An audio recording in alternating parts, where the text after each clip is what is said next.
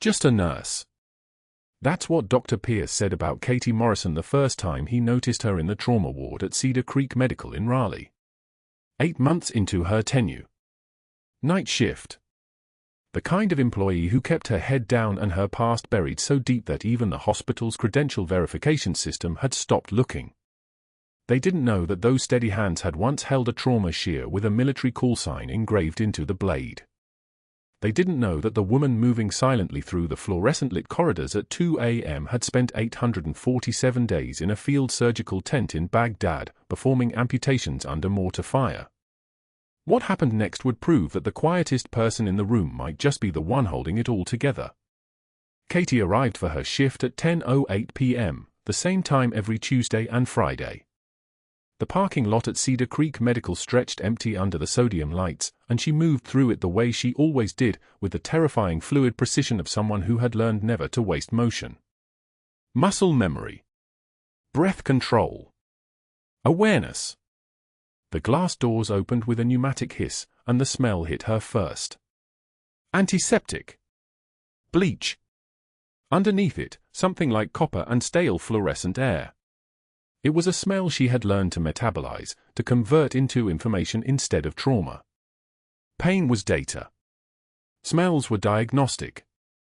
Her locker was on the 3rd level of the nurse's station, tucked behind a calendar advertising low-sodium crackers and a flyer about mandatory flu shots. Katie opened it slowly. The folded flag was there, exactly where she had left it that morning. 13 stars on a field of blue. Her teammate's name, Marcus Chen, sewn into the inner lining with thread that had started to fray. She touched the corner of the fold, the way she did before every shift. Not a ritual. Rituals were superstition. This was acknowledgement. This was remembering. This was the reason she had let the Pentagon erase her service records and order her to disappear, the reason she was not officially Captain Katie Morrison anymore, the reason she pushed through 12-hour shifts in a civilian hospital where nobody asked questions and nobody knew her name. She dressed in her scrubs, navy blue, anonymous, the uniform of 1,000 other nurses in 1,000 other hospitals. The long sleeves covered her forearms. The sleeves always covered her forearms. There were scars there. Not many. Captain-level field training meant precision, and precision meant fewer injuries. But the ones that existed were deep. A fragment from a mortar round in 2019. A burn from a cauterizing iron in an emergency procedure in 2018. A surgical knife slip during a 17-hour shift that had nicked the radial artery. She had closed that one herself, one-handed, while the medic beside her watched and said nothing. Some things didn't need to be spoken about. The trauma ward at 2 a.m. was almost quiet. Almost. The ventilator in Bay 2 wheezed its mechanical rhythm, and somewhere in the distance, an EKG monitor beeped its steady count. Katie clocked in at 2:04 p.m. She was always 4 minutes early, and moved to the chart station. Her supervisor, Janet, nodded from the intake desk. Janet had stopped trying to make small talk with Katie 6 months ago. She had learned that Katie responded to all of it with the same politeness: yes, no, thank you, I'll handle this. Short sentences. No elaboration. No personal details. No vulnerability. The night shift assignments were posted on the board. Katie scanned them. Bay 1, post-operative, stable. Bay 3, acute wound care. Bay 4, orthopedic monitoring. None of them required anything beyond standard protocol. None of them would cause problems. Katie preferred it that way. Low profile. Meticulous work. Everything documented. Everything by the book. She started with the charts. This was her ritual, the real one, the professional one. She reviewed each patient's vitals, medications, intake and output. She noted discrepancies. She flagged anything that didn't align. Her charting was legendary at Cedar Creek Medical, though nobody used that word. They used other words. Obsessive. Overly detailed. Thorough to the point of being flagrant. Dr. Hayes, one of the surgical attendings who actually respected her work, had once said, Katie charts like she's defending a case in court. He meant it as a compliment. He was right. At 3:15 a.m., the first emergency admission came through. Stretcher wheels squeaking down the corridor like a warning system. The paramedics called out vitals as they rolled. 62-year-old male. Shrapnel injury to the left anterior thigh. Penetrating wound, approximately 4 centimeters, embedded foreign object still in place. Civilian. Old wound, they said. Not new. Something that had festered for years before the patient finally came in. Katie was at Bay 3 before the stretcher stopped moving. She had the tray set up, dressing supplies, irrigation kit, sterile field, with the kind of efficiency that made no sound, disturbed nothing, drew no attention.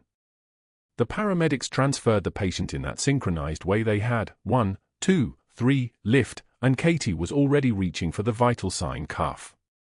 The man on the stretcher was maybe 70. Weathered. Hands that looked like they had held tools or weapons or both. His eyes found her as she began the assessment. Wound irrigation, he asked. His voice was not civilian. It had the flat, precise quality of someone who had given orders in high-pressure situations. Yes, Katie said. I'll need to irrigate, assess for infection, and determine whether that foreign object can be safely removed. 10 words. Professional. Deferential. The voice of a night shift nurse at a regional hospital. Not the voice of Captain Katie Morrison. She worked on the thigh wound with the kind of precision that came from somewhere deeper than nursing school. Saline solution at body temperature. Gentle but thorough pressure to clear debris. Her hands moved with the steady rhythm of someone who had done this in conditions far less sterile than a Bay 3 trauma room. The shrapnel came out smoothly, small fragments, no arterial involvement. The wound bed was clean. No signs of infection, which meant this had been sealed properly years ago by someone who knew what they were doing. The closure was where the real skill showed. Katie used a 4.0 absorbable suture. 4 layers. Deep dermal closure, subcuticular closure, skin closure. The stitches were so even they looked like they had been drawn with a ruler. The spacing was perfect. The knots were tight but not strangulating. This was not the work of a standard nursing closure. This was field hospital technique. This was Landstuhl Regional Medical Center technique. This was the closure method taught to Special Forces medical personnel who might be working under fire with minutes to save a life. The patient watched her hands the entire time. His eyes never left them. When she finished and applied the sterile dressing, he took a slow breath, and something shifted in his expression. You trained at Landstuhl, he said. Not a question. Katie's hands froze for exactly 1 second. 1 second. She did not look up. She did not change her breathing. She had trained at Landstuhl. She had trained there for 3 months in 2017, learning the exact techniques that allowed field surgeons to close combat wounds under the worst conditions imaginable. She had trained there alongside 847 other military medical personnel. That training was not available to civilian nurses. That training was not available to people who were supposed to be non-existent. I'd recognize that 4-layer closure anywhere, the man continued. His voice was softer now. Not threatening. Something like recognition. Something like respect. I've seen it in the field. I've done it myself. Baghdad. Katie finished securing the dressing. Her movements were slow, deliberate, mechanical. She straightened the patient's gown. She checked the fall line.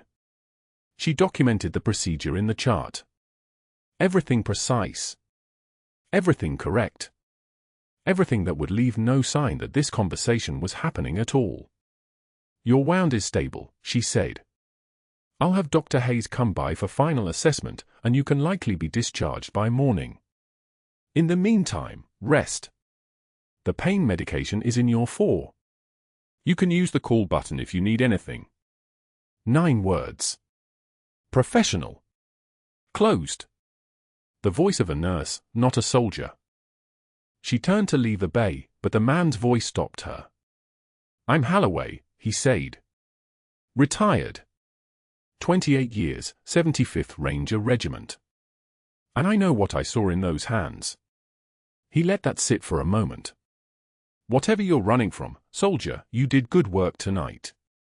The kind of good work that saves lives. Don't forget that." Katie did not turn around. She did not acknowledge the statement. She moved to the next bay with the same steady pace, the same focused efficiency, but something inside her chest had tightened. The kind of tight that came from being seen. From having someone look at you and see not what you appeared to be, but what you actually were. The kind of tight that came from a secret being recognized. At 4:38 a.m., Dr. Pierce arrived early for morning rounds. This was unusual. Pierce typically came in at 6 a.m., went through the charts with the kind of cursory glance that suggested he was looking for something specific but couldn't quite articulate what it was. This morning, he arrived with coffee, a $7 specialty drink from the place downtown, and he went directly to the charts station. He picked up Katie's work. All of it. The overnight documentation. The patient assessments. The wound closure notes on Holloway. He read slowly. Katie was 2 bays away, monitoring vital signs on a post-operative patient, but she could see him reading. She could see his expression shift. From mild curiosity to focused attention to something that looked like calculation. His eyes moved across the page, tracking her notes. Every dosage. Every vital sign interval. Every procedural detail. Every observation that suggested something far beyond standard nursing protocol. He made a note on a separate piece of paper. Folded it. Slipped it into his pocket. Then he smiled. It was the kind of smile that didn't include the eyes. The kind of smile that suggested he had found what he was looking for, and what he had found was a problem. He set the chart down carefully, exactly where he had found it, and walked back toward his office. Katie continued checking vital signs. Her hands were steady. Her breathing was controlled. She did not let her face change. But in that moment, she understood something that would echo through the next 8 hours and beyond. She understood that Dr. Pierce had just made a calculation. She understood that his calculation involved her. And she understood that what happened next would determine whether her careful invisibility would survive the morning. The conference room at Cedar Creek Medical held the stale air of fluorescent overhead panels and the accumulated weight of 20 physicians and residents arranged in stadium seating, their attention fixed on the screen behind Dr. Pierce. The projector hummed its mechanical monotone, casting his shadow across Katie Morrison's documentation, every entry, every vital sign notation, every clinical assessment enlarged for examination.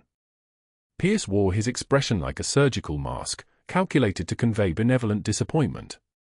"Here we have Nurse Morrison's documentation," he began, his voice carrying the texture of polished brass. 17 separate entries for a simple laceration repair. 17. He turned to face the assembled physicians. This is what happens when nursing staff forget their lane. When they begin to imagine themselves as clinicians rather than custodians of protocol. Laughter rippled through the room like disturbed water. Soft chuckles. A few knowing nods from the residents. Katie stood in the back of the conference room, her hands loose at her sides, her posture the architecture of someone who had learned long ago how to become invisible in a crowd. One measured breath. Then another. Her jaw clenched once, a single muscle movement that lasted less than a second. Perhaps Ms. Morrison believes 8 months of night shifts qualifies her to redesign our protocols, Pierce continued, his eyes never leaving the screen. To substitute her judgment for evidence-based procedure. He clicked to the next slide, another portion of her chart, highlighted in aggressive yellow. The attending physician's order was clear. The protocol was clear. And yet, Nurse Morrison felt compelled to expand her documentation beyond standard parameters. To create, shall we say, a narrative that exceeds her scope of practice. The room had gone very quiet now. Not the silence of agreement, but the silence of a hierarchy being reinforced. Residents leaning back in their chairs. senior physician studying their laps. A pen dropped somewhere in the third row, it clattered against the tile floor like an accusation. Katie's eye remained dry. Her breathing remained steady. But something behind her ribs felt like it was being slowly crushed. "Stick to what you were trained for, Morrison," Pierce said, still facing the screen. Not even looking at her directly. "We'll handle the medicine." He clicked off the projector. The room flooded with ambient light. The physicians began gathering their badges and charts, the formal dismissal implicit in his tone. Several of them glanced at Katie as they filed toward the door, the look you give to someone who has just been publicly ranked below protocol itself. Katie remained standing in the back of the room until the last physician had exited. Then she turned and walked toward the stairwell, her footsteps measured and precise. Behind her, she heard Pierce's voice in conversation with the department chair, something about maintaining standards and protecting the institution's reputation. The basement hallway at Cedar Creek Medical smelled of machine oil and the faint chemical tang of industrial cleaner. Fluorescent panels hummed overhead at a frequency just below perception, the kind of sound that made itself known only through the small ache it created in the skull. Katie was retrieving her coffee from the vending machine when she heard the footsteps, polished shoes against tile, the confident stride of someone who had never been told to wait. Dr. Pierce appeared at her elbow like he had manifested from his own authority. "You know what your problem is." His voice carried the casual cruelty of someone who had never experienced consequences for his words. "You think you're special. You're not. You're a bedpan nurse who got lucky with a job." He smiled as he said it. That was the worst part, the smile. It suggested genuine concern, paternal benevolence, the expression of a man watching someone understand a fundamental truth about their own limitations. Katie turned toward him, the coffee cup cool against her palm. She met his eyes and held them. Her voice, when it came, was quiet. Not meek. Quiet the way a sword is quiet before it cuts the air. "I've triaged hundreds of traumas, Dr. Pierce. One breath. I know exactly what internal bleeding looks like." His face darkened as if someone had adjusted a control deep inside him. The smile remained fixed, but the eyes changed, narrowed into something sharper. "Keep charting like this and security escorts you out permanently." "Understood." It wasn't a question. "Your contract is at-will employment, Morrison. One call to the administrator and you're finished here." "Understood," Katie said. She turned back to the vending machine and pressed the button for her coffee. The machine whirred its mechanical acknowledgement. The cup dropped with a soft thud into the retrieval slot. Pierce stood there for another 3 seconds, as if waiting for her to flinch, to apologize, to revert to the deferential posture he had constructed for her in the conference room. She did not look at him again. She simply retrieved her coffee and walked past him toward the stairwell, her pace unhurried. Behind her, she heard him breathing hard through his nose, heard the sharp click of his shoes as he turned to leave in the opposite direction. The evening shift continued as it had continued for 8 months, medications charted, vitals recorded, patients monitored through their cycles of pain and improvement and the long hours of waiting. Katie moved through Cedar Creek Medical like a piece of the infrastructure itself, invisible in her utility. She restocked the trauma bay with methodical precision, replacing used equipment with fresh supplies, checking the crash cart's inventory, verifying that the 14-gauge angiocath needles were in their proper place in the tray. At 8:11 p.m., during the slack hours between evening admissions and the night shift's acceleration, a retired Marine with a combat medic's bearing found her in the supply hallway near the orthopedic closet.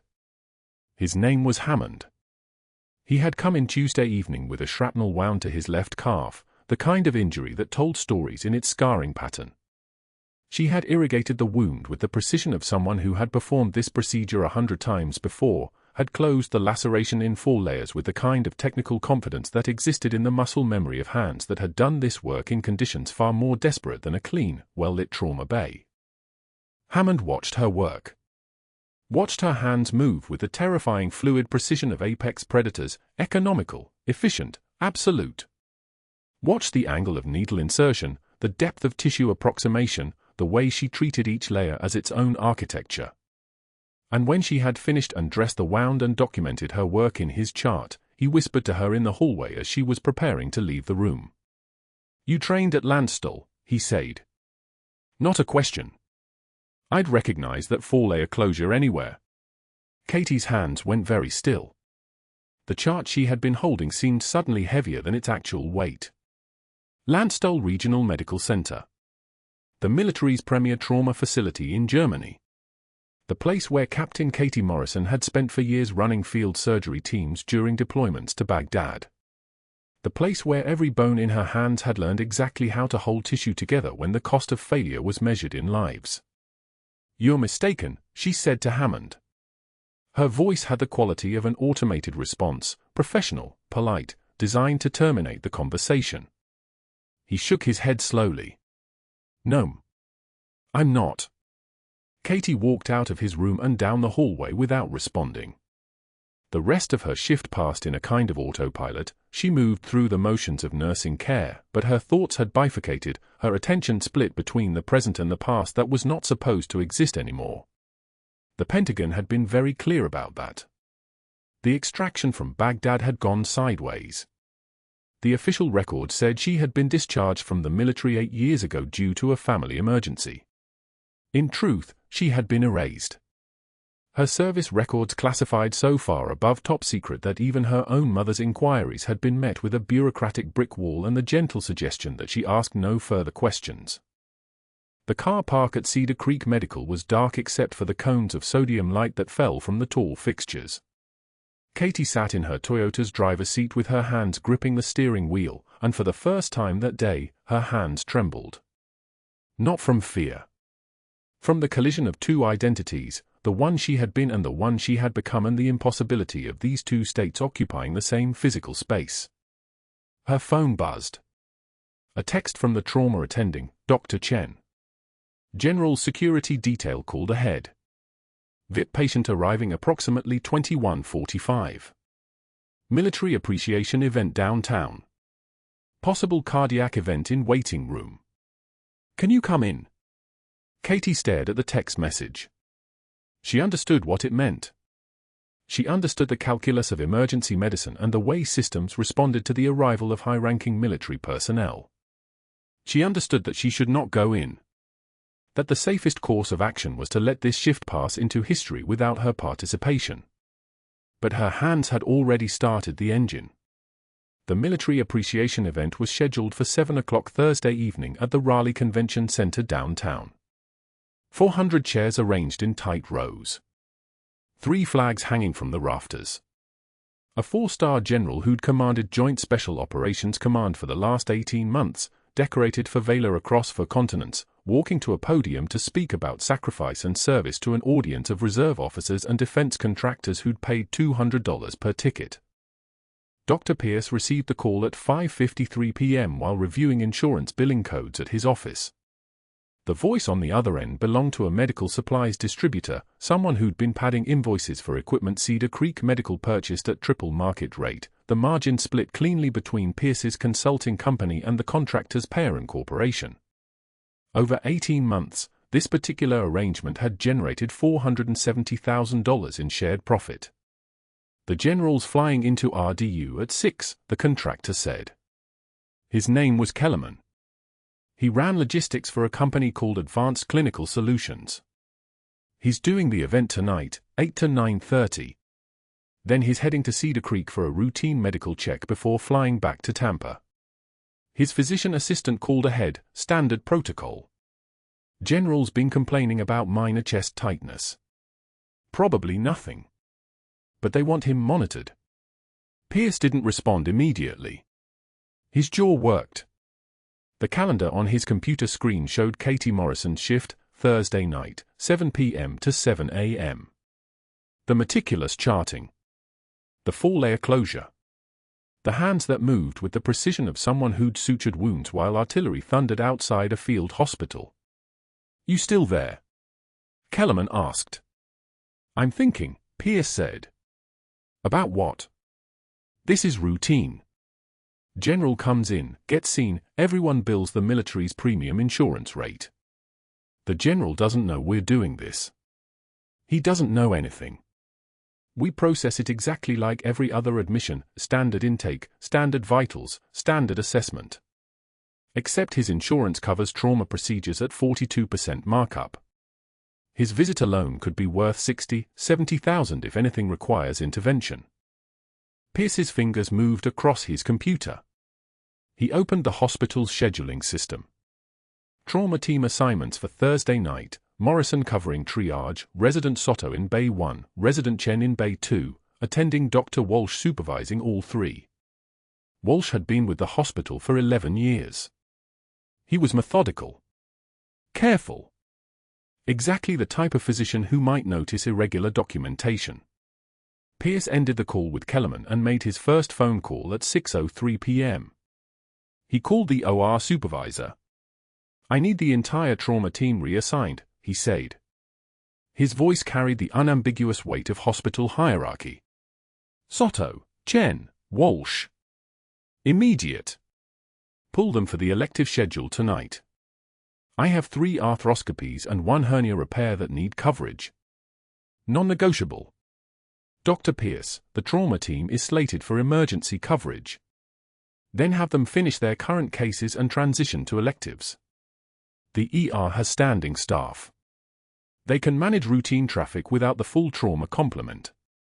"Sir, that's not standard protocol. The trauma team handles incoming emergencies. Are you questioning my authority?" His voice dropped an octave. The kind of tone that made junior staff swallow hard. "The procedures are scheduled. The team moves. Now." The call ended. His second call went to the hospitalist supervisor at 6:12 p.m. Pierce requested that the ER night charge nurse and 2 additional RNs be temporarily reassigned to assist with the elective cases upstairs. "We're running understaffed," he explained with the smooth certainty of a man accustomed to bending institutional apparatus to his will. "Pull whoever you can spare. I'm sure the ER can manage with skeleton staff for 1 evening." By 6:17 p.m., the ER trauma team had been systematically removed from active capacity. Katie Morrison remained in triage, but the attending physicians who might have supervised her actions, the residents who might have questioned her competence, the surgical backup who might have intervened, all of them were scrubbed in upstairs, working on joint replacements and abdominal walls, completely unavailable. Pierce's third phone call was the most delicate. He called Dr. Marcus Whitmore at Mercy General in Chapel Hill, a facility 32 minutes away by ambulance. Whitmore was an old contact, someone who understood the economics of premium insurance billing, who participated in similar arrangements with his own supply contractors. "I might have a VIP admission coming your way," Pierce said. "High-ranking military patient. Possible cardiac issue, probably requiring observation. I'm going to stabilize him here, but given the sensitivity of the case and the complexity of military insurance protocols, I'm thinking a transfer would be prudent. Keep some trauma capacity open." "Who are we talking about?" Whitmore asked. "Someone important. The kind of person whose insurance coverage makes everyone's evening worthwhile." Whitmore understood. These conversations didn't require explicit detail. They operated in the space between words, in the careful architecture of mutual understanding between physicians who'd learned to see hospital operations as markets with profit margins. "I'll have a bed ready," Whitmore said. "Etta?" "Probably 11:30. I'll call when we're transferring." Pierce hung up and checked his watch. 6:34 p.m. The general was already downtown, standing at a podium, talking about the young soldiers he'd known in Kandahar and Fallujah who hadn't come home. About the weight of command. About the responsibility that came from ordering people toward danger. The event would end at 9:30. The general would be at Cedar Creek's ER doors by 10:16 p.m. Katie Morrison would be alone in triage. The general arrived at Cedar Creek Medical at 9:58 p.m., walking through automatic doors with the careful posture of someone managing mild chest pain, his aide following 2 steps behind. The ER was understaffed in the way that only becomes obvious when crisis arrives, 2 nurses covering the entire department, one receptionist, a single hospitalist named Dr. Sanderson who'd been working since 7 a.m. and was scheduled to leave at midnight. Katie was restocking the triage station when she heard the commotion in the waiting room. Not a code announcement. Not an ambulance arrival. Just a shifting quality of air, the way a room changes when someone significant enters it. She glanced up through the window and saw him, an older man in a charcoal suit, military bearing evident in his posture despite the discomfort that tightened his jaw. She almost didn't move. Almost pretended she hadn't noticed. But her hands were already reaching for a patient intake form. Her legs were already carrying her toward the waiting room. Muscle memory. The same instinct that had moved her through field hospitals in Baghdad when incoming fire meant triage happened in rubble, not clean fluorescent-lit hallways. "Good evening," Katie said. Her voice carried the practiced calm of someone trained to keep panic in check. "I'm Katie. What brings you in tonight?" The general's eyes found hers for exactly 1 second, the kind of look that acknowledged something understood between them but unsaid. "Chest tightness. Started about an hour ago. Probably just stress from the speaking event." Katie's training recognized the hesitation. The way his breathing seemed slightly off. The faint sheen of perspiration at his temple despite the cool evening outside. "Let's get you in a room," she said. "We'll get some vitals and get you comfortable." She was walking him toward Bay 2 when the sensation hit. Not pain. Something worse. A sudden tightness across his chest that made him stop mid-stride. His hand went to his sternum. His breathing became shallow. Rapid. Then his legs gave out. Katie caught him as he collapsed, her body moving on the precise muscle memory of 1,000 field exercises.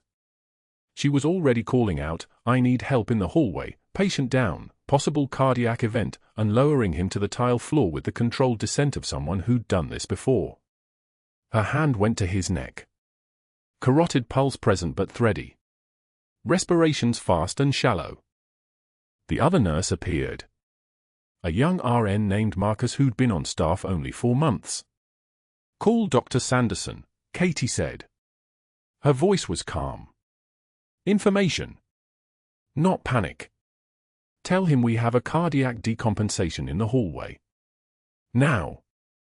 She was assessing him with her eyes, the way Captain Katie Morrison had assessed 100 trauma patients in Baghdad. Skin color wrong. Breathing wrong. Eye slightly bulging. The clinical signs of pressure building inside his chest cavity. Compressed lung. Failing cardiac output. Death arriving in minutes if the pressure wasn't released. Her hands moved. They moved to the space between his second and third ribs. The second intercostal space. Midclavicular line.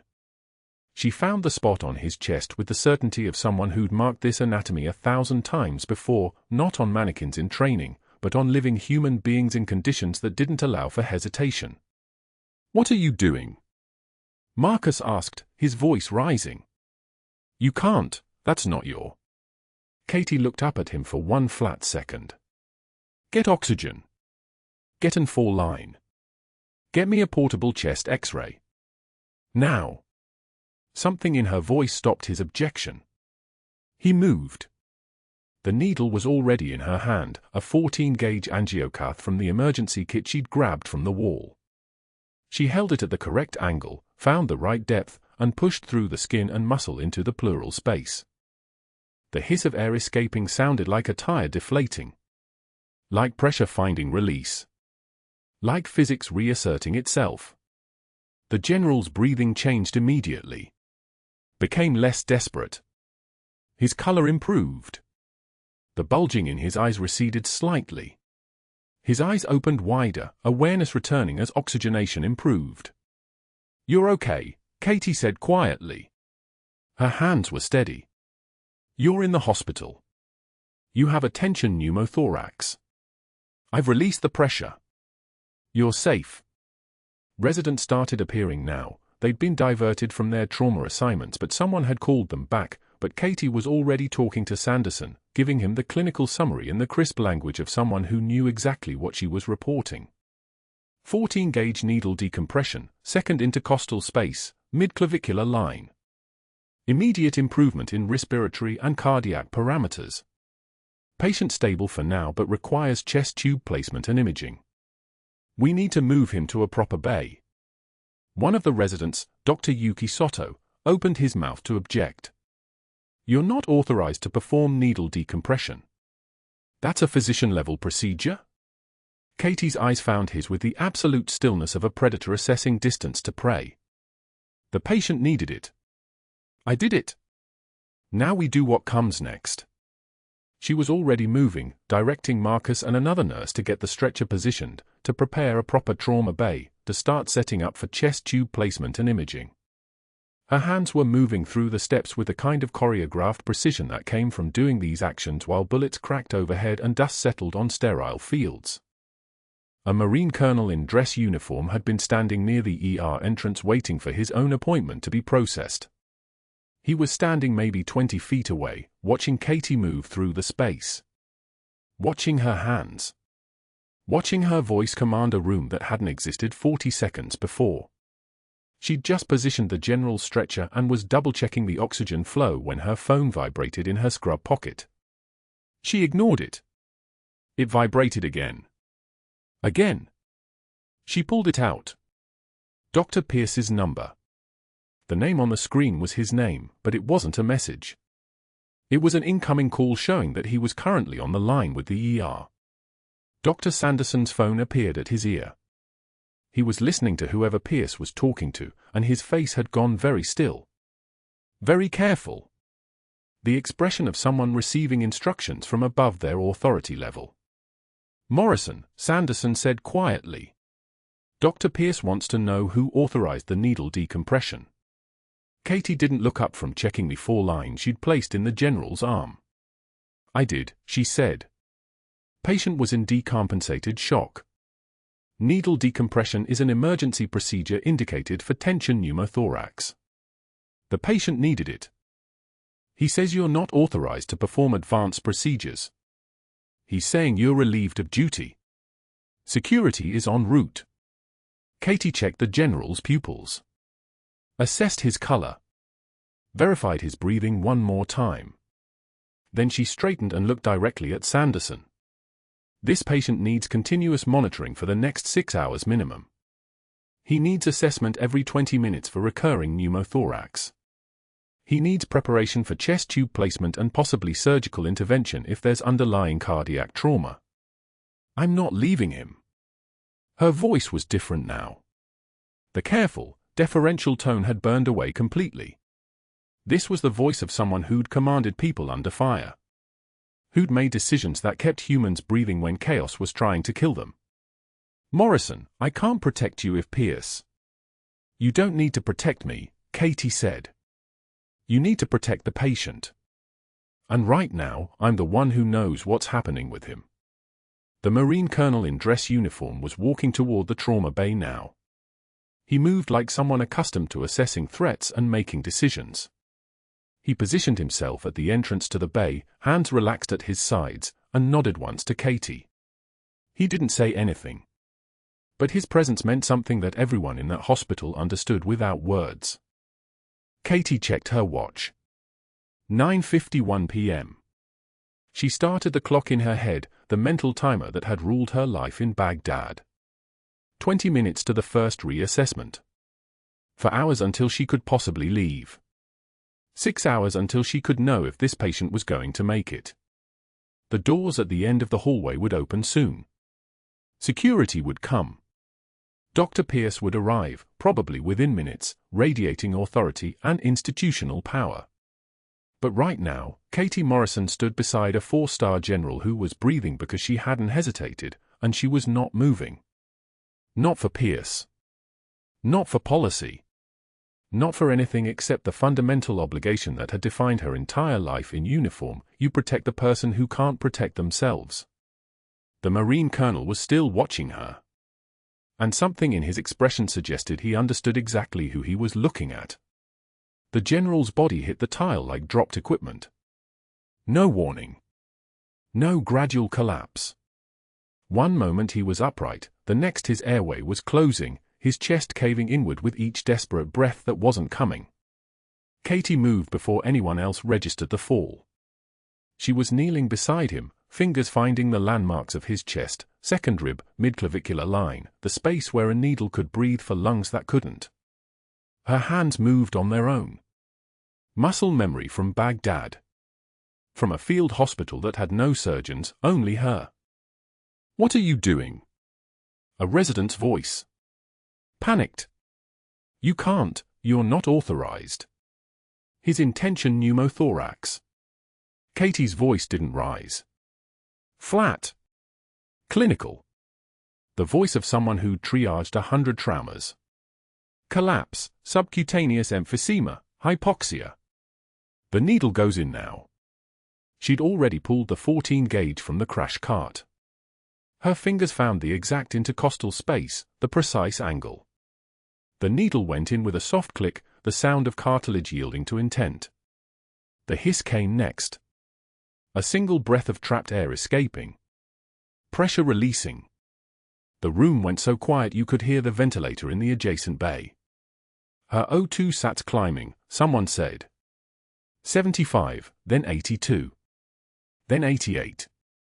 The monitors beeping steadied from frantic to urgent to manageable. Another resident stepped forward, reaching. "I'll take over from here." Katie didn't move. Didn't acknowledge him. She was already assessing the general's color, still gray but less so. His chest was rising now. Rising and falling. Rising and falling. The rhythm of a body remembering how to live. "I said I'll take over," the resident repeated. "No." Katie's word fell like a dropped instrument. "You won't." She stayed. The general was wheeled to the ICU at 10:17 p.m. Katie followed the stretcher, her hand steady on the fall line, monitoring the drip rate, watching for signs of tamponade or re-expansion. The resident had attempted the chest tube placement, a 36 French pigtail catheter, size too large, positioned wrong, too anterior. Katie watched him work and said nothing. Then she said everything. "Remove it." "Excuse me." "Remove it. Now." The resident's face flushed. Around them, the ICU nursing staff pretended not to hear. Katie waited. The resident's hands trembled, actually trembled, the thing her hands never did. He pulled the catheter. She inserted a 28 French at the proper fifth intercostal space, posterior axillary line, with the kind of precision that made the senior resident, a man named Chen who'd trained at Johns Hopkins, take a step back and say nothing. The oxygen saturation improved immediately. 91%. 93%. 95%. The general's color returned. Pink instead of gray. Alive instead of dying. Katie pulled a chair beside his bed and Saturday. Not for 5 minutes. Not for an hour.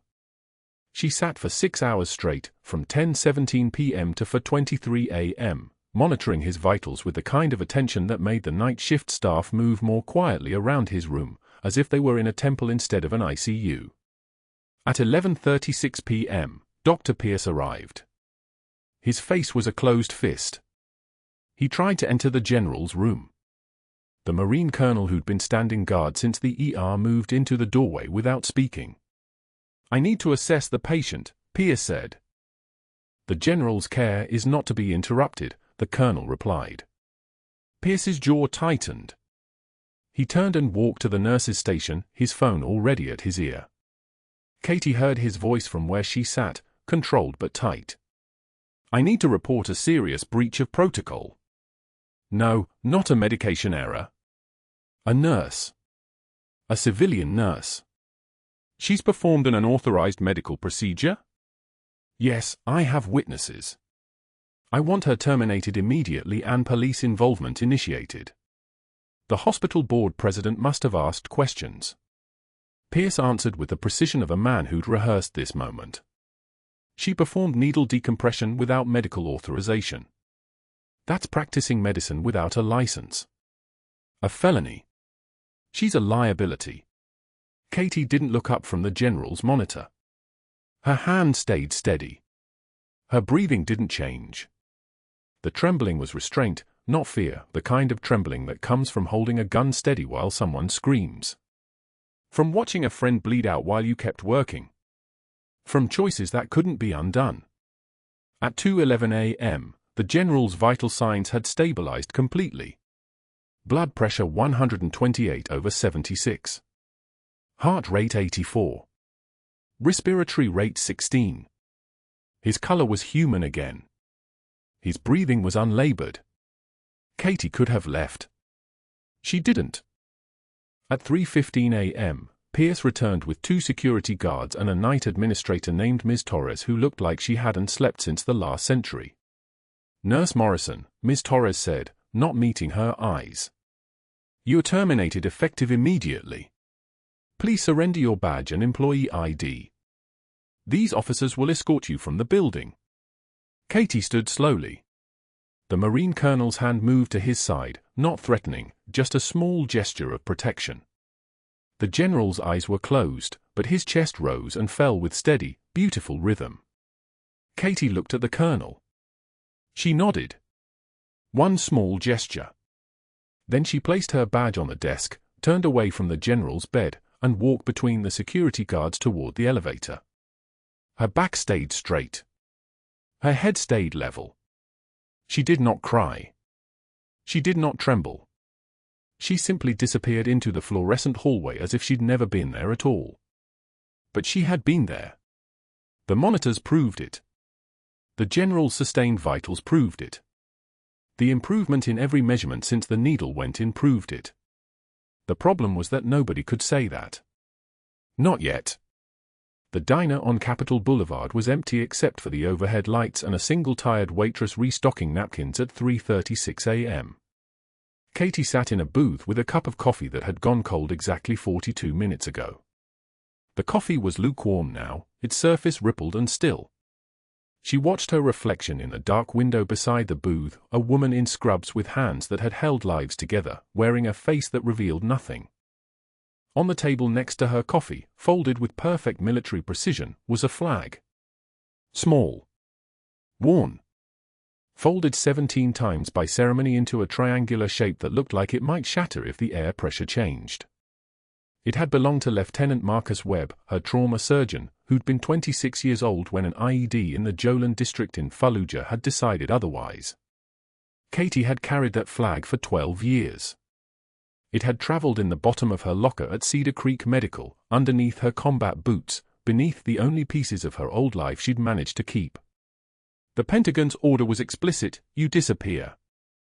No contact with active military. No communication with anyone from your previous service. No government database. No official record. You exist nowhere. The classified extraction in Baghdad had gone sideways in a way that still appeared in no official report. People had died who weren't supposed to. Intelligence had been compromised by someone inside the command structure. Blame had to be placed somewhere it wouldn't matter. A captain in special forces was convenient. Expendable. Useful. So Captain Katie Morrison had vanished. She'd become just a nurse. Just a trauma nurse with steady hands and meticulous charting and a past that didn't exist because the Pentagon had ordered it erased. Now, at 3:33 a.m. in a diner that smelled like burnt coffee and yesterday's grease, she stared at her own reflection and wondered if it might have been easier to disappear completely. To leave Raleigh. To stop trying. To become nothing instead of pretending to be less. A figure appeared in the dark window. Then another. Boots on tile. 1, 2, 3, 4. The Marine colonel from the hospital, still in dress blues. Beside him, a woman in a grey suit with a kind of posture that suggested she'd made people disappear from existence before and could do it again. Captain Morrison, the woman said. Katie didn't look away from her reflection. I don't know that person. That's a lie. The woman sat across from her without asking. And Captain Morrison doesn't lie. Katie's eyes lifted slowly. The woman's ID was already on the table, a Pentagon liaison.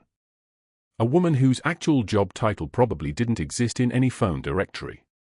"You violated operational security," the liaison said quietly. "You also just saved a 4-star general's life using a technique that only 17 people in the continental United States are qualified to perform. That's a problem." "For whom?" Katie's voice was level. "For everyone." The liaison smiled without warmth. "But particularly for a certain cardiac surgeon who's currently accessing hospital records he shouldn't have access to."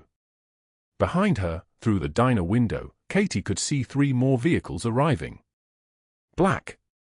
Unmarked. Federal. "What happens now?" Katie asked. "Now," the liaison said, "we fix this. And I mean all of it." The Federal Bureau of Investigation had been watching Dr. Raymond Pierce for 6 months. Not openly. Not with warrants yet. Just watching. The fraudulent billing scheme was clear enough: inflated equipment costs from a contractor kicking back 30% of every padded invoice, falsified insurance claims totaling $840,000 across 2 years. The math was simple. The proof was building. But the FBI Cyber Division needed one more thing: intent to defraud. Concrete evidence that Pierce knew exactly what he was doing and did it anyway. They were waiting for him to move. At 4:17 in the morning, from his home office in a 6-bedroom colonial overlooking Raleigh's skyline, Dr. Pierce attempted to access Katie Morrison's personnel records in Cedar Creek Medical's protected database. The system flagged it instantly. Not because he lacked clearance, he had administrative access. But because the Pentagon's classified erasure of Katie's military service left a digital signature that only a federal monitoring system would recognize. When Pierce tried to forge documentation, to manufacture evidence that Katie was unqualified, that she'd acted outside her scope of practice, that the general's survival was despite her interference rather than because of it, the system logged every keystroke. Every attempted edit. Every file he opened and couldn't access. The cyber team watched in real time as he failed, again and again, to alter records that had been encrypted at the national security level. At 8:15 a.m., 2 agents in dark suits walked through Cedar Creek's main entrance carrying a search warrant. They knew exactly where Dr. Pierce would be. He was standing outside the general's room on the 6th-floor trauma wing, arguing with the Marine colonel who stood guard, insisting that Katie Morrison was a fraud, a charlatan, a nurse-playing soldier who'd contaminated the general's medical chart with unauthorized interventions. The hallway had that particular silence of a hospital corridor when something dangerous is about to break. Fluorescent lights buzzed overhead like insects in amber. The heart monitors beat their steady rhythm from the rooms around them. Nurses pretended to work, but they were listening. They were always listening. The agents approached Pierce from behind. They didn't rush. They didn't raise their voices. They simply appeared beside him with the kind of calm that comes from having done this work 1,000 times before. Dr. Raymond Pierce. One agent held up the warrant. Federal seal visible. Signatures of a judge. "You're under arrest for healthcare fraud, wire fraud, and falsification of federal records." The handcuffs went on smoothly. Click. Click.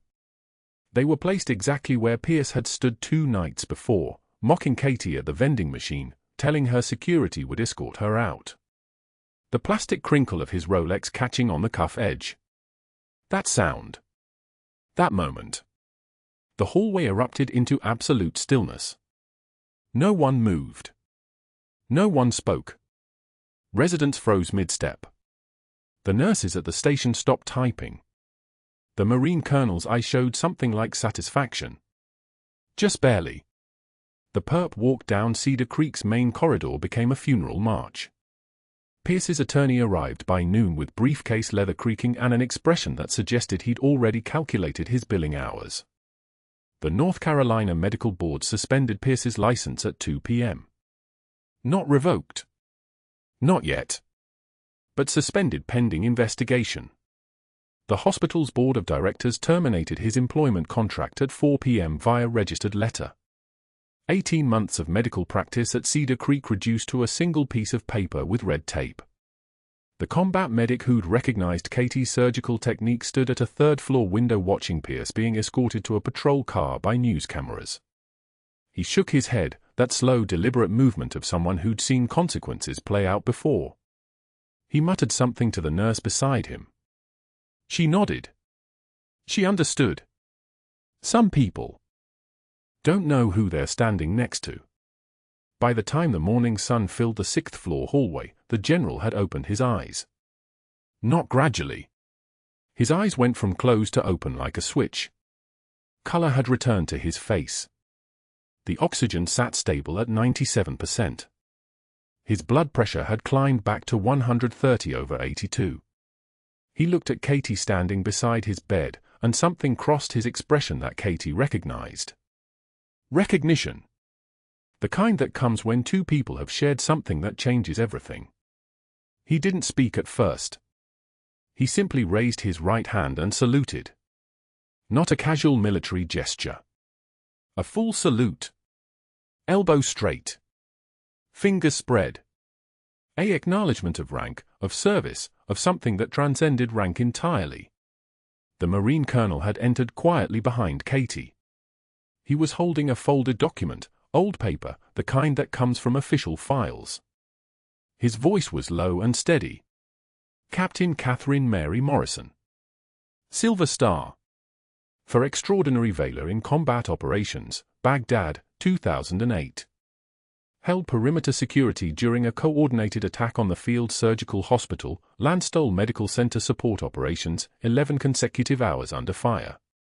2 confirmed enemy personnel neutralized. 23 wounded personnel triaged and prepared for evacuation despite ongoing mortar rounds. Each sentence a beat. Each beat a recognition. The colonel continued reading, and with each medal, each citation, the hallway seemed to contract around Katie. Bronze Star for meritorious service. 2 Purple Hearts.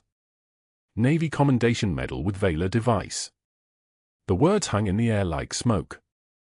The general reached out with both hands and grasped Katie's right hand. His grip was strong now. His eyes didn't waver. You saved my life twice, Captain. Once in Baghdad. Once last night. The door exploded inward. Dr. Pierce had somehow convinced security to let him back into the building. His face was the color of old meat. His voice was a weapon made of desperation and rage. She's a fraud. She's a nurse. She practiced medicine without a license. I demand she be removed immediately. He was pointing.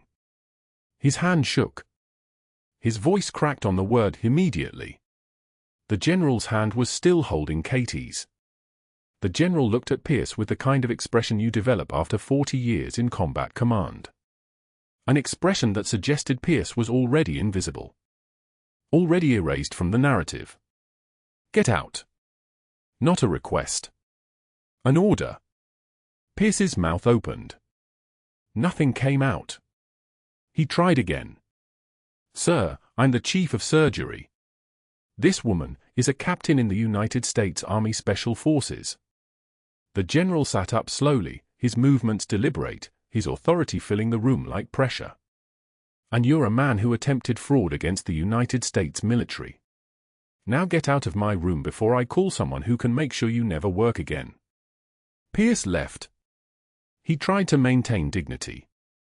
The shuffle of his shoes on tile said otherwise.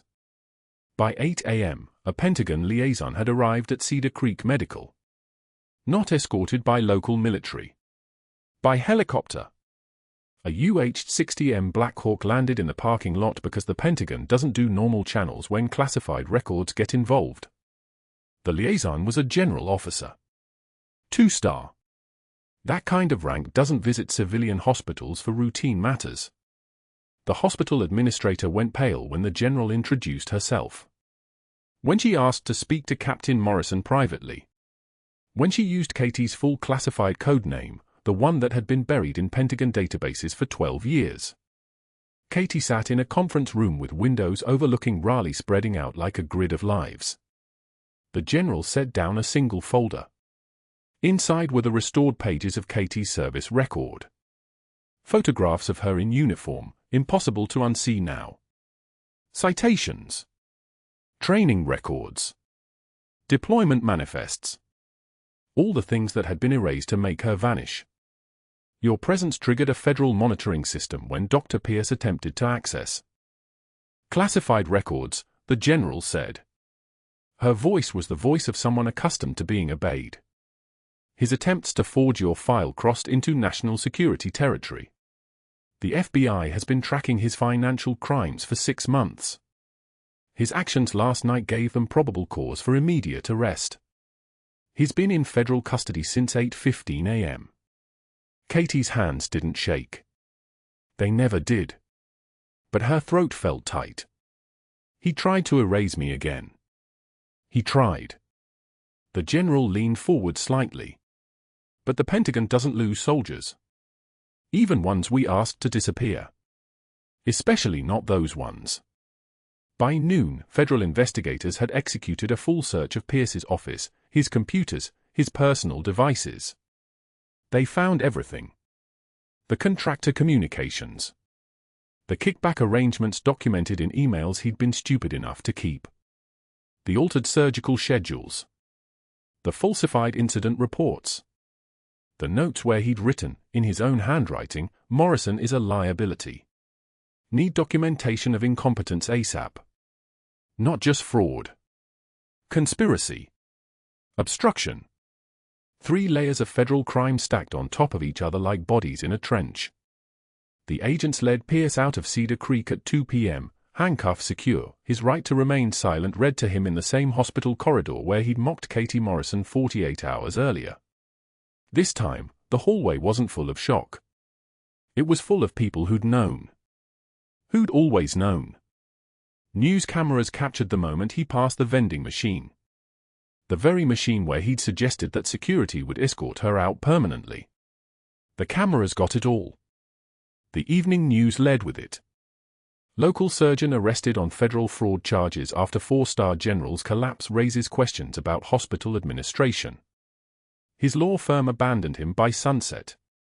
His colleagues issued statements about maintaining institutional integrity and appropriate separation of employment. By the time evening came, Dr. Raymond Pierce was a name that nobody would speak out loud. By that next morning, Katie sat in a diner 3 blocks from Cedar Creek Medical, the one where she'd watched her coffee grow cold at 3 a.m., staring at her reflection in the window beside the folded flag from her fallen teammate. Her phone rang. The general again. Not the 2-star. Someone higher. Captain Morrison, we need to discuss your reinstatement options. Not a request. Not a courtesy call. A statement of fact.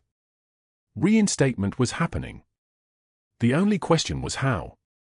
By nightfall, Katie had 3 job offers from military hospitals. Real hospitals.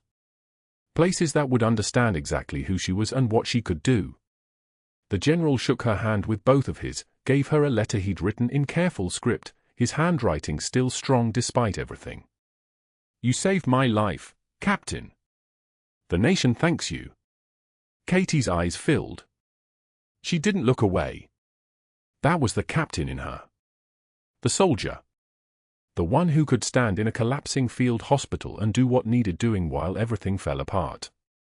18 months later, someone spotted Dr. Pierce teaching CPR at a community college in Durham. Minimum wage. Health insurance stripped. Medical license permanently revoked. His name erased from every professional directory, every patient chart, every record of ever having practiced medicine. He was just a man now. Just a man who'd learned too late that you don't get to erase people without consequences. Katie stood in Cedar Creek's chapel that evening before she left Raleigh for good, standing alone between the stone walls where some version of her had come to hide from the world. The general's letter in one hand. Her teammate's folded flag in the other. The flag had come home in a box 6 years ago. She'd carried it in her locker ever since, pressed against scrubs and doubt. Now she held it like a compass. Like a direction. Like the answer to a question she'd been asking for a very long time. I didn't hide this time. She whispered it to the flag. To the memory. to the version of herself that had chosen invisibility. The door opened quietly. The Marine colonel waited in the hallway, keys in hand. The car was running outside. The airport was 40 minutes away. On Katie's phone was a text from the general: "True heroism is what you do when the world stops watching." She closed her locker for the last time. Left her hospital badge on the desk, the laminate still smooth, the photograph still showing someone she barely recognized anymore. Walked out into the morning sun. The chapel was silent behind her. Just the sound of her boots on the tile. 1, 2, 3, 4. The same sound she'd heard for 12 years. The sound of a soldier coming home. Like this video if you think she made the right call. But was the punishment enough? Or did he deserve worse? Tell me in the comments. Subscribe and hit that bell.